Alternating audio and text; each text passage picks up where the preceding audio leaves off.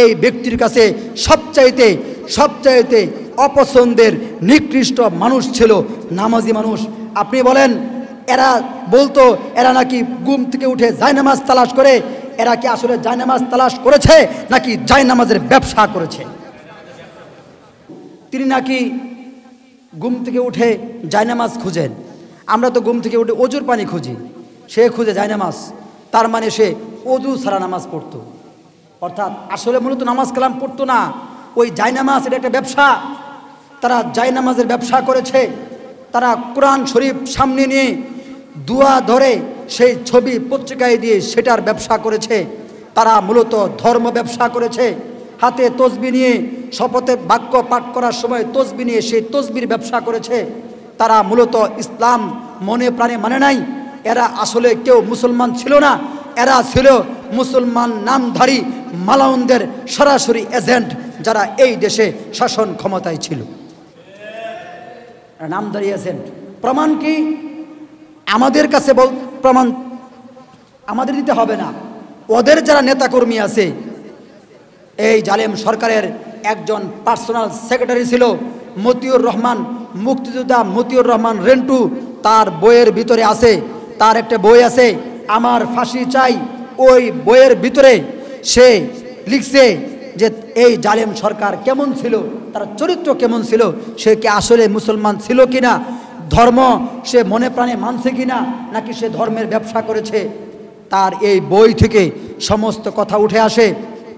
তার এই বইয়ের ভিতরে আছে যে একবার 1994 সালে বা 95 সালে এমন একটা সময় সে ঢাকার ভিতরে ভাষণ দিতেছে। এখানে লম্বা কথা তিনি বলছেন। ঢাকার ভিতরে ভাষণ দিতেছে, হঠাৎ করে সমস্ত মানুষকে থামায়া বলতেছে, আপনারা সকলে থামেন, আমাদের নেত্রী এখন নামাজ পড়বেন। বাস গাড়ি এরকম কাপড় দিয়ে বেষ্টন করা হলো, সে নামাজ পড়তেছে।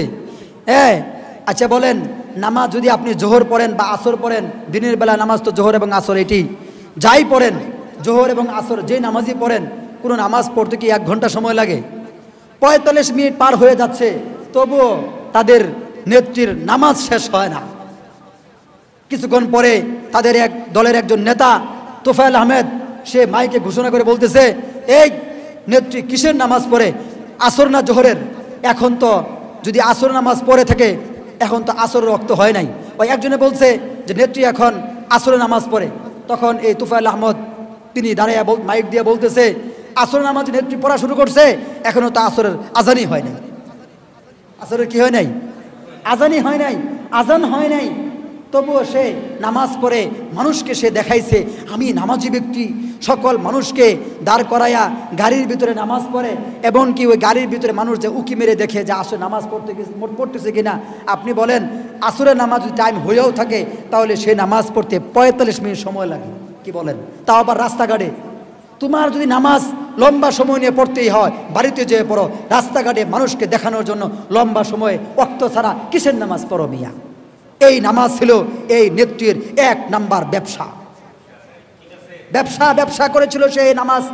এই জালেম সরকারের এই প্রধান এই নেত্রী নামাজ ব্যবসায়ী ছিল, সেখানে সে নামাজ ব্যবসা করেছে। এটা আমার কথা নয়, আমি আবার বলছি, মুক্তিযোদ্ধা মতিউর রহমান রেন্টুর লেখা আমার ফাঁসি চাই সেই বইতে সে কে? শেখ হাসিনার পার্সোনাল সেক্রেটারি।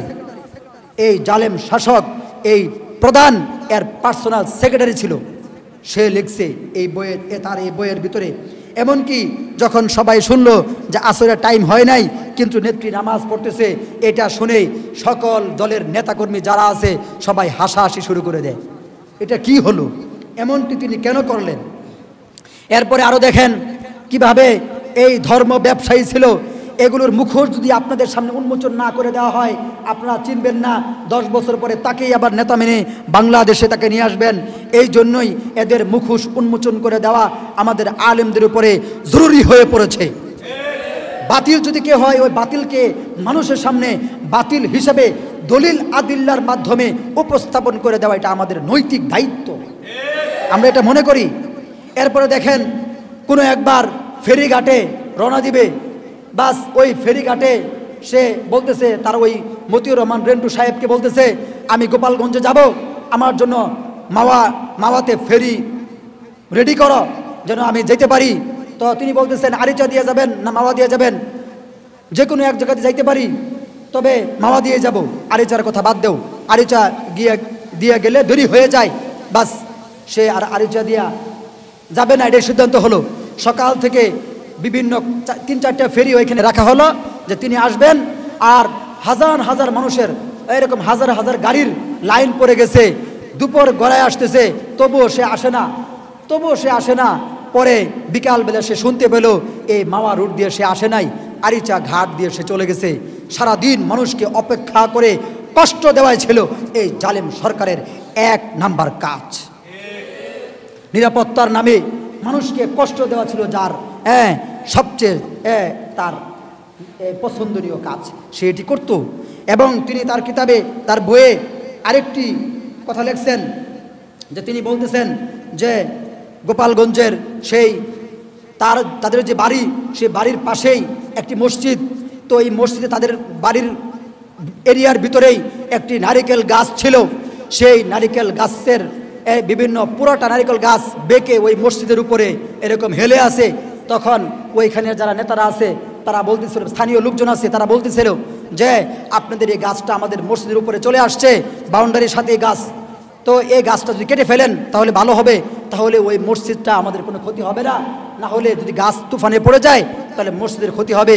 তখন এই জালেম নেত্রী সে বলেছিল, মসজিদ ভেঙে ফেলেন, মসজিদ সরায় ফেলেন, অন্য স্থানে নিয়ে করেন, আমার নারিকেল গাছ আমি কাটবো না।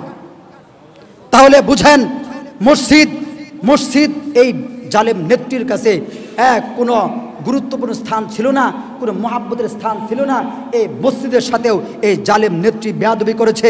ওর একটা গাছ বাঁচিয়ে রাখার জন্য মসজিদকে সে সরায় দিতে বলে, সে বলে মসজিদ সরায় ফেলেন, আমি সে গাছ কাটবো না। তাহলে বুঝেন এদের অবস্থা কি। তিনি তার কিতাবে আরও লিখেছেন, তিনি বলেন তার কাছে প্রিয় এবং অপ্রিয় কয়েকটি জিনিস, এর মধ্যে তার কাছে প্রিয় খাদ্য ছিল গরুর ভুঁড়ি, প্রিয় গান ছিল জেন্দিগি জেন্দিগি, এটা খুব সম্ভব হিন্দুস্তানের কোনো গান টান হবে। প্রিয় ব্যক্তি ছিল মুখ্যমন্ত্রী জ্যোতিষ বসু, আমাদের প্রিয় ব্যক্তি বিশ্বনবী হজরত মোহাম্মদ মুস্তফা সাল্লাল্লাহু আলাইহি সাল্লাম, আর তার প্রিয় ব্যক্তি হলো একজন হিন্দু নেতা। তোমার প্রিয় ব্যক্তি হিন্দু নেতা মানে তুমিও ওই হিন্দুদের স্পষ্ট দূষর। কেন তোমার ওই প্রিয় ব্যক্তি জ্যোতিষ বসু তোমার প্রিয় ব্যক্তি হয়? কারণ কি? তার প্রিয় ব্যক্তি ছিল সবচাইতে বেশি লোভ ছিল টাকার প্রতি এবং ক্ষমতার প্রতি। সবচাইতে অপছন্দনীয় মানুষ ছিল দাড়ি টুপিওয়ালা নামাজি মানুষ। এর কাছে, এটি আমার কথা না, আমি আবার বলছি, মুক্তিযোদ্ধা মতিউর রহমান রেন্টু সে এই জালেম নেত্রীর পার্সোনাল সেক্রেটারি ছিল। তার লেখা আমার ফাঁসি চাই বই থেকে উদ্ধৃতি দিয়ে 228 নম্বর পৃষ্ঠা আমি উদ্ধৃতি দিয়ে বলছি, এই ব্যক্তির কাছে সবচাইতে অপছন্দের নিকৃষ্ট মানুষ ছিল নামাজি মানুষ। আপনি বলেন, এরা বলতো এরা নাকি ঘুম থেকে উঠে জায়নামাজ তালাশ করে, এরা কি আসলে জায়নামাজ তালাশ করেছে নাকি জায়নামাজের ব্যবসা করেছে? এরা নামাজের ব্যবসা করেছে, এরা ওই দোয়া ধরে সেই ছবি তোলার ব্যবসা করেছে। এরা কখনোই মুসলমান নয়, এরা কাফের যদি নাও হয় তবু এরা মিসলে কাফেরদের দূষর এরা ছিল। নামাজি মানুষকে যারা অপছন্দ করে তারা কখনোই আর যাই হোক মুসলমান হতে পারে না। এবং আরেকটি কথা শুনলে আপনাদের আশ্চর্য লেগে যাবে, সেটি হলো তার কাছে সবচাইতে স্বস্তিদায়ক এবং আনন্দের জিনিস ছিল মানুষের লাশ। মানুষের লাশ তার কাছে সবচেয়ে আনন্দের জিনিস ছিল। সে মানুষের লাশ দেখলে ঘরের ভিতর সে নাচানাচি করত, মানুষের লাশের খবর শুনলে সে খুশি হয়ে যেত। ওই দিনকে নাকি সে বেশি করে খাবার খেত যেই দিন মানুষের লাশ অনেক পড়েছে, এই খবর তার কাছে আসতো। মানুষের লাশের খবর শুনে যার কাছে ভালো লাগে সে কখনোই, তার ভিতরে মনুষ্যত্ব নাই, অবশ্যই তার ভিতরে ইবলিস স্বয়ং নিজে এই জালেম নেত্রীর উপরে ভর করেছে, এর মধ্যে কোনো সন্দেহ নাই। মানুষের লাশ আবার মানুষের কাছে ভালো মানুষের কাছে প্রিয় হয় কেমনে? মানুষের লাশ প্রিয় হতে পারে হ্যাঁ হিংস্র হায়নার কাছে। এই জন্য এর নাম দিয়েছিলাম আমি শেখ হায়না, অর্থাৎ বনের ভিতরে যে সমস্ত প্রাণী আছে ওই সমস্ত প্রাণীর মধ্যে সবচাইতে হায়না হলো নিকৃষ্ট প্রাণী, এবং এরা দল বেঁধে ঘুরে। এরা এরা এই হায়নাগুলো বাঘের উপরও মাঝে মাঝে আক্রমণ করে বসে, এবং এই হায়না বনের ভিতরে সবচেয়ে হিংস্র এক জানোয়ার। এই জানোয়ারদের মতো এরা হয়ে গিয়েছিল, না হলে মানুষের লাশ কেন এদের কাছে সবচাইতে বেশি পছন্দের জিনিস হবে? এবং সবচাইতে বেশি পটু ছিল মিথ্যে কথা বলার মধ্যে। এটি আমার কথা নয়, আপনি আমার ফাঁসি চাই বইটি কিনুন এবং সেই বইটি পড়েন। সেই বইয়ের ভিতরে আমি না বলা আরও বহুত কথা রয়ে গেছে। ওই বইটি যদি আপনি পড়তে পারেন তাহলে তাদের চরিত্র আপনার সামনে ফুটে উঠবে। এরা কেমন মানুষ ছিল, এরা কি ছিল, এদের কথা ফুটে উঠবে। এরা কখনোই ভালো মানুষ ছিল না। এরা মানুষের সামনে ওরা বলতো আমরা ধর্ম ব্যবসায়ী নই, মোল্লারা ধর্ম ব্যবসায়ী, এই সেই। মোল্লারা ধর্ম পালন করে, মোল্লারা ধর্ম ব্যবসায়ী ছিল না। নির্বাচনের আগে তসবি হাতে নিয়ে শপথ বাক্য পাঠ করার সময় যারা তসবি নাড়াচাড়া করত, ওদের ওই তসবি ছিল ব্যবসার তসবি, ওদের ওই জানামাজ ছিল ব্যবসার জানামাজ, ওদের ওই নামাজ ছিল ব্যবসার নামাজ, ওদের ওই দোয়া ছিল ব্যবসার দোয়া, ওদের ওই কবর জিয়ারত ছিল ব্যবসার কবর জিয়ারত। এরা কখনোই মুসলমান ছিল না বাংলার মাটিতে। হয়তোবা কিছু মুসলমান তাদের দল করেছে, আমি এটা বলি না তাদের দলে সবাই এরকম হিন্দুদের দূষর বা মিসলে কাফের মিসলে হিন্দু, এটা বলি না।